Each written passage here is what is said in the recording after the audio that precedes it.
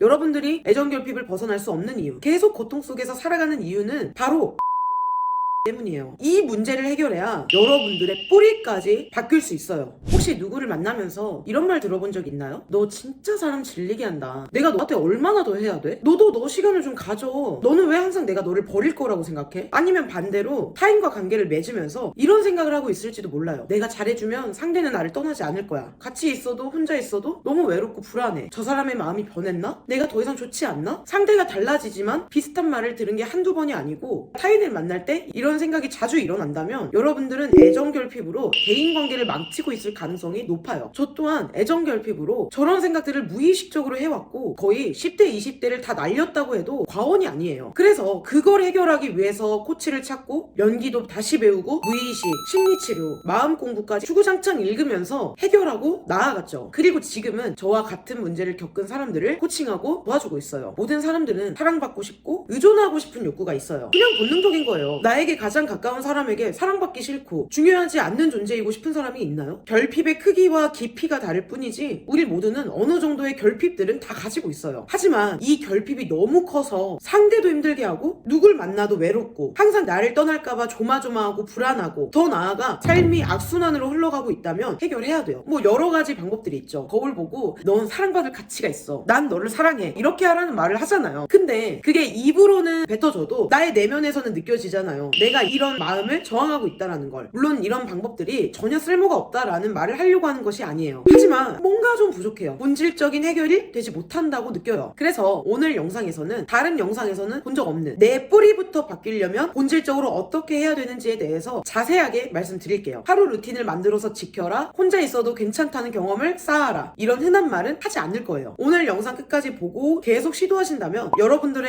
애정결핍을 해결하고 타인과 조화롭게 살아가실 수 있다고 저는 확신합니다.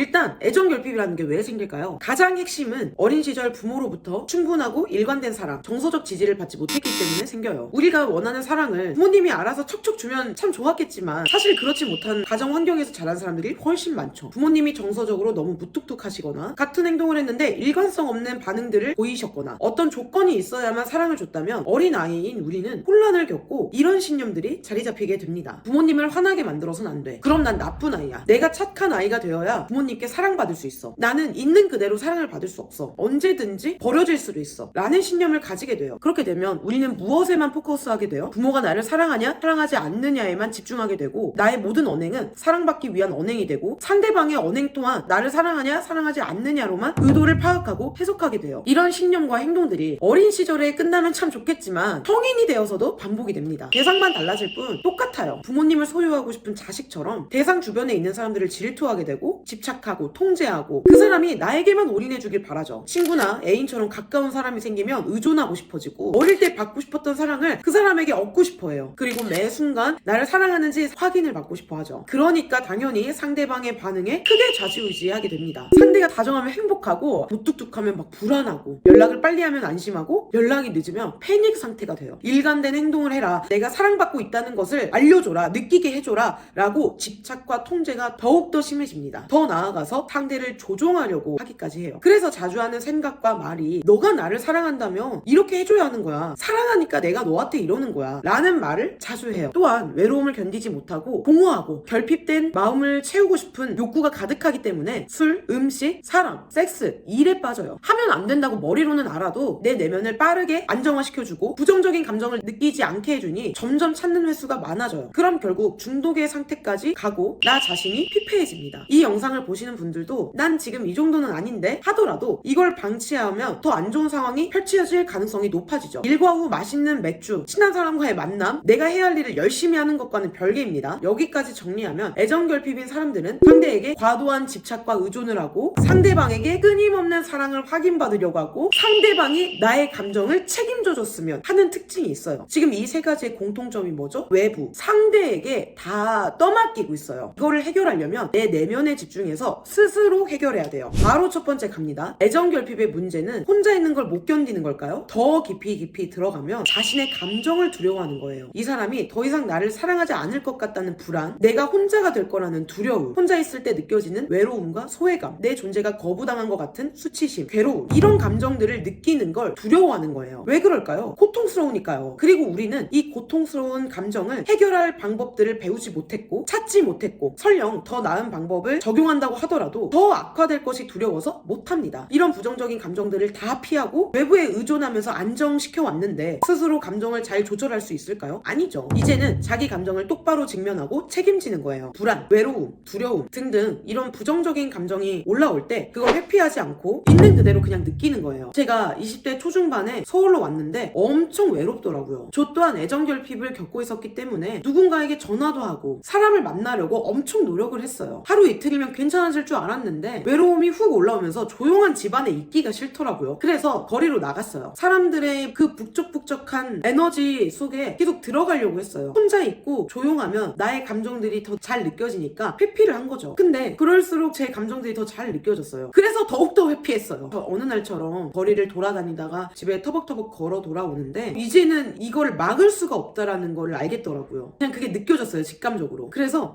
이거는 해결을 해야 된다라고 생각을 했고, 그걸 알아차리는 순간 걷잡을 수 없이 막 눈물이 막 펑펑 나오는 거예요. 집에 가서 불을 끄고 잔잔한 음악을 틀고 숨을 쉬면서 이 외로움을 정말 온몸으로 느꼈어요. 이런 감정을 느끼면 안 돼 라는 생각을 그냥 뒤로 밀어두고, 저는 감정에 항복합니다. 나 더 이상 못하겠다. 나 이제 너무 힘들다. 이런 마음을 가지고 내 감정들을 손끝, 발끝까지 다 전달을 시키면서 가슴을 통과하고 있다는 상상을 했어요. 눈물을 진짜 많이 흘리고 어떠한 판단을 하지 않았어요. 내가 지금 외롭구나, 힘들구나. 그렇게 대놓고 감정을 충분히 느끼니까 착한 감정들이 맑아지고 뭔가 충만해진 기분이 들었어요. 그 뒤로 저는 더 이상 거리를 2시간, 3시간씩 걸어 다니지도 않았고 사람을 찾으러 다니지도 않고 지금까지도 그런 행동을 하지 않거든요. 제가 왜 이렇게 될 수 있었냐라고 한번 천천히 생각을 해보니까 제 외로움과 만나본 경험이 있고 해결해본 경험이 있기 때문에 더 이상 이걸 회피하지 않아도 되는 거예요. 외로움이 아예 사라지진 않았죠. 올라오더라도 내가 해결한 경험이 있다 보니까 더 이상은 무섭지가 않은 거예요. 저는 아는 거죠. 이런 감정을 느껴도 무너지지 않는구나. 오히려 빨리 빠져나올 수 있는 거구나 라는 것을 알아버렸으니까 외로움에 더욱더 빠지지 않게 되더라고요. 우리의 뇌는 미지의 것, 불확실한 것을 회피하게 되어 있어요. 내 감정이라 할지라도 나에게 미지의 것이라면 두려움이 생기고 피하고 싶어져요. 여러 부정적인 감정들 또한 마찬가지예요. 두려우니까 또 억압하고 회피하고 그럴수록 강화되고 이런 패턴들이 생기는 거죠. 억압할수록 이상하리만큼 감정적으로 변하고 느끼고 알아차릴수록 적절히 표현할 수 있게 되고 감정을 컨트롤할 수 있게 되는 거예요. 우리는 정반대로 배우긴 했지만요. 이 작업을 할 때 쉽지 않고 한 번에 되지 않을 거예요. 우리는 자기 자신에게도 방어 기제를 펼치고 있기 때문에 어떠한 감정도 안 느껴질 수도 있고 감정을 안 느끼려고 필사적으로 노력하고 있을 수도 있어요. 그리고 스스로를 비난할 수도 있고 연민을 느끼고 안타까워할 수도 있어요. 이 모든 것에 옳고 그름을 따지지 말고 내가 지금 그러고 있구나 라고 알아차려 보고 질문을 던지는 거죠. 이 감정을 안 느끼려고 안간힘을 쓰는 나는 누구인가? 나는 불안하고 외롭고 슬픈데 비난하고 책망하는 이는 누구인가? 라고 한번 질문을 던져보세요. 그리고 질문을 또 바꿔서 자기 이름을 부르면서 땡땡아 너는 지금 어떤 감정을 느끼니? 라고 스스로 물어봐 주는 거예요. 그리고 답을 해보는 거예요. 막 입으로 뱉지 않아도 돼요. 혼자 속으로 해도 돼요. 너무 외로워. 가슴이 뻥 뚫린 것 같아. 불안해서 견딜 수가 없어. 라고요. 느끼는 대로 말을 하는 거예요. 두 번째는 사랑 베풀기입니다. 그렇게 자신의 마음을 들었으면 여러분들이 받고 싶었던 사랑을 스스로 주는 거예요. 거울 보고 넌 사랑받을 가치가 있는 사람이야 라는 게 아니고요. 내가 나의 부모가 되었다고 생각하고 사랑을 베푸는 거죠. 만약 여러분들이라면 내 자식이 외롭고 불안해서 견딜 수가 없다고 울부짖고 있어요. 그럼 어떻게 해주고 싶으세요? 손을 딱 잡아주고 싶을 수도 있고 안아주고 싶을 수도 있고 그냥 가만히 옆에 있어줄 수도 있어요. 그럼 그걸 그대로 내 자신에게 해주는 거예요. 실제로 잡아줘도 되고 상상으로 해도 돼요. 내가 나의 완전하고 완벽한 부모가 되어서 내가 받고 싶은 사랑을 스스로 주는 거죠. 이 작업 또한 어려울 수도 있어요. 사랑을 베푼다는 것조차 우리는 모를 수도 있으니까. 하지만 사랑을 베푸는 행동을 계속하는 거예요. 1번과 2번의 과정에서 가장 중요한 건 몸의 긴장을 빼고 편안하게 숨을 쉬는 거예요. 이게 제일 중요해요. 숨을 쉬어야지만 나를 알아차릴 수 있어요. 그리고 저는 여기에 1, 2번을 더해서 제 영상에 많이 나오는 해소 작업들이 있거든요. 그 작업들을 연기를 하면서 알게 모르게 많이 했더라고요. 내 인생에서 가장 힘들었던 경험을 꺼내기도 하고 강렬했던 감정들을 표현하게 되는데 그 과정에서 많이 정화가 되고 치유가 됐고 내가 감정을 표현할 때 이렇게 하는구나를 알게 되었어요. 배웠어요. 그리고 무의식적인 나의 안 좋은 습관들을 버리고 감정을 다스리고 적절하게 표현하는 법까지 배우게 된 거죠. 자기 경험들을 털어내는 작업들이 제 영상에 많이 소개되어 있으니까 1번, 2번을 하시고 꼭 스스로 한번 해보세요. 세 번째, 3분 거리두기. 직면하고 사랑을 베풀고 표현까지 해봤으면 이제 사람과의 관계에서도 사용을 해봐야겠죠. 상대의 반응에 또 불안이 올라오고 집착하고 싶어지고 통제하고 싶어진다면 딱 3분만 심호흡을 하세요. 나를 차분하게 만들고 생각을 해보는 거예요. 이 사람이 나를 불안하게 한 걸까? 과거로부터 온 불안인 걸까? 나를 정말로 사랑하지 않는다고 내가 느끼는 걸까? 아니면 순간적으로 올라온 감정인 걸까? 과거로부터 온 불안이라면 다시 1번으로 가셔서 하시면 되고, 이 상대가 나를 불안하게 한 것 같다면 이렇게 해보는 거예요. 내가 사랑받고 있다라고 느끼는 표현들이 무엇이 있지? 이 사람이 해주는 사랑 표현은 무엇이 있지? 라고 생각을 하고 상대방에게도 물어보는 거예요. 개개인마다 사랑을 느끼는 방식이 좀 비슷해도 조금 선호도가 달라요. 그리고 표현하는 방식도 다르고요. 상대는 사랑을 표현했는데 내가 원하는 방식과 다를 수 있어요. 근데 그걸 몰라서 오해가 쌓이고 서운해하고 사랑을 못 느끼는 사람들이 많아요. 그럼 그걸 서로 이야기를 해야 해요. 예를 들어서 나는 언어적으로 표현을 많이 해줘야 사랑받는다고 느껴. 그래서 사랑을 표현하는 것도 언어적인 게 좀 많은 것 같아. 너는 어떨 때 사랑받는다고 느끼고 어떻게 사랑을 표현하니? 라고 물어보는 거예요. 그리고 의도를 말하는 거죠. 내가 이렇게 물어보는 건 너가 나를 좋아하지 않는다고 오해하고 싶지 않아서야. 너가 표현하는 방식을 알고 내가 그걸 온전히 잘 받아들이고 싶어 라고 하는 거죠. 그렇게 서로 이야기를 하고 맞춰가는 거예요. 낯간지럽기도 하고 뭐 이런 말을 하는 게 좀 부끄럽기도 하겠지만 내가 받고 있는 사랑을 못 알아차리면 안 되는 거잖아요. 그러니까 연애를 하고 계신 분들은 해보시고, 연애를 하고 있지 않아도 기억해뒀다가 상대가 생기면 이야기를 해보세요. 상당히 많은 사람들이 어린 시절의 경험으로 고통을 받고 있다는 것을 알아요. 자신은 인지를 못하고 있지만 같은 행동을 반복하면서 고통을 되풀이하시는 분들도 있죠. 과거가 어떻게 됐든 이러나 저러나 자기 자신이 책임을 져야 돼요. 어떤 경험이든 어떤 감정이든 내 것이기 때문에 잘 품고 살아가야 되는 거죠. 그때 비로소 결핍들이 조금씩 해결되고 상대와 조화롭게 만나고 살아갈 수 있어요. 내가 잘 서 있어야 건강한 의존도 할 수 있는 법이고요. 자,